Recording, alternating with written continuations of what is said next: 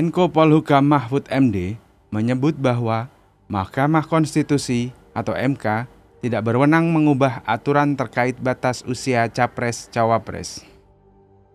Mahfud MD yang pernah jadi Ketua MK periode 2008-2013 itu mengatakan bahwa Undang-Undang Nomor 7 Tahun 2017 tentang Pemilu yang sedang diuji materi di MK hanya boleh diubah oleh DPR dan pemerintah. Mahfud berkata, aturan tersebut merupakan open legal policy. MK tak bisa menambahkan aturan baru itu ke undang-undang. Mahfud menjelaskan ada dua tipe pembentuk undang-undang, yaitu positif legislator dan negatif legislator. Legislator positif adalah DPR dan pemerintah yang berwenang membentuk undang-undang. Adapun legislator negatif adalah MK. Jadi, MK hanya berwenang membatalkan undang-undang. Itu pun harus merujuk pada Undang-Undang Dasar 45. Mahfud menjelaskan bahwa MK sebagai legislator negatif, wewenangnya terbatas pada membatalkan aturan di undang-undang yang tidak sesuai dengan Undang-Undang Dasar. MK tidak boleh membatalkan sesuatu yang tidak dilarang oleh konstitusi. Demikian kata Mahfud di Istana Kepresidenan Jakarta, Selasa 26 September. Jadi, menurut Mahfud, wewenang pengubahan aturan terkait batas usia cawapres dan capres bukan ranah MK. Kalau mau diubah, aturan tersebut harus diubah oleh DPR dan pemerintah. Sebelumnya, aturan syarat usia cawapres dan capres digugat ke Mahkamah Konstitusi. Ada beberapa gugatan yang meminta MK mengatur syarat usia capres dan cawapres adalah minimal 35 tahun dan maksimal 70 tahun. Ketua MK, Anwar Usman, mengatakan bahwa putusan atas gugatan-gugatan itu akan segera dibuat. Penegasan Mahfud MD tersebut merupakan tamparan telak buat kubu Prabowo yang ngebet sekali ingin menjadikan Gibran sebagai cawapresnya. Nama Gibran memang beberapa kali disebut berpotensi menjadi salah satu pendamping Prabowo dalam Pilpres 2024. Wakil Ketua Umum DPP Partai Gerindra, Habibur Rahman, mengungkapkan bahwa gagasan itu muncul dari jajak pendapat yang melibatkan generasi milenial dan generasi Z. Mereka mendeklarasikan dukungannya agar putra Jokowi itu maju menjadi cawapres dari generasi muda. Sementara itu, Ketua Badan Pemenangan Pilpres Relawan Pro Joko Widodo atau Projo, yakni Panel Barus, menyampaikan bahwa pemasangan baliho Prabowo Gibran merupakan ekspresi aspirasi dari masyarakat.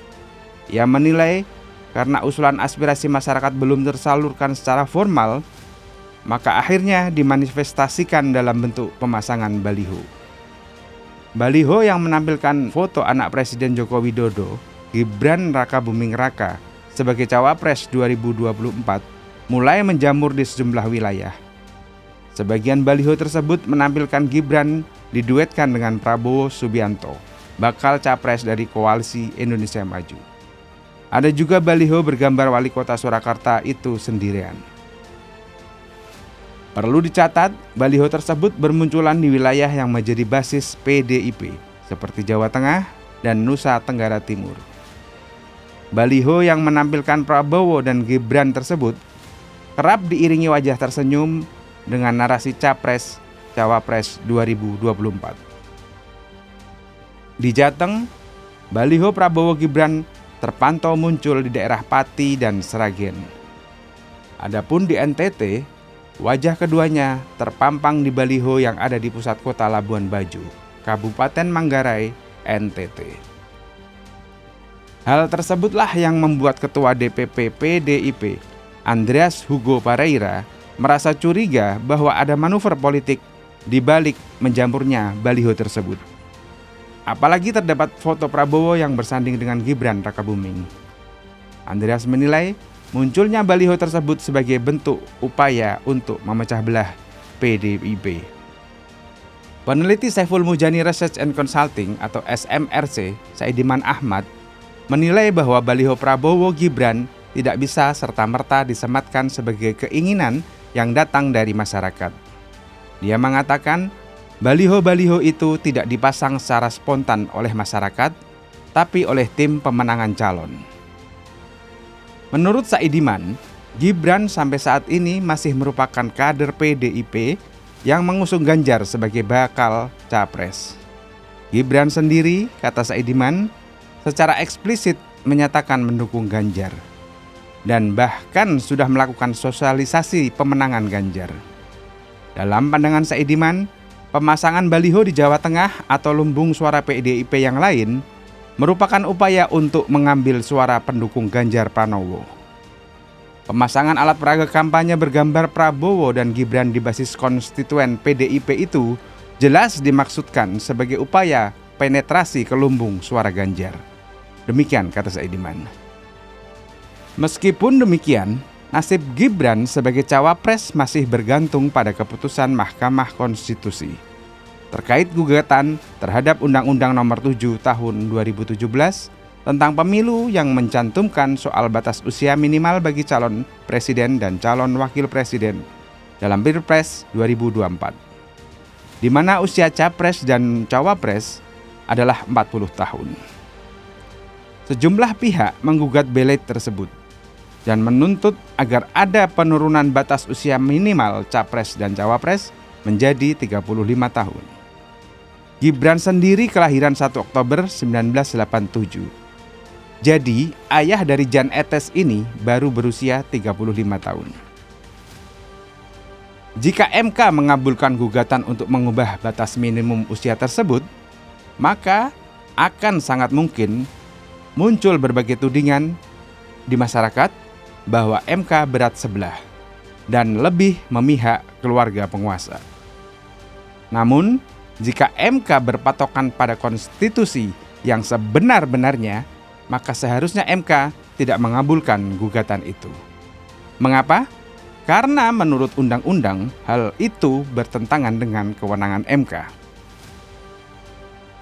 Soal kewenangan MK ini jugalah yang sempat disinggung oleh Mahfud MD, Menko Polhukam. Pak Mahfud, yang juga merupakan pakar hukum tata negara, menilai bahwa berdasarkan undang-undang, kewenangan MK hanyalah membatalkan suatu aturan yang dianggap melanggar atau bertentangan dengan konstitusi, dan bukannya membuat aturan baru.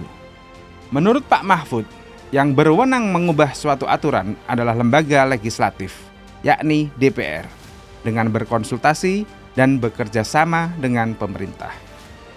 Kita semua tentu berharap MK memutuskan gugatan tersebut dengan nuraninya, sehingga asumsi publik tentang cawe-cawe atau intervensi politik lewat tangan MK tidak terbukti. Karena bagaimanapun juga kekuasaan seseorang akan berakhir. Namun keadilan harus tetap hidup selamanya.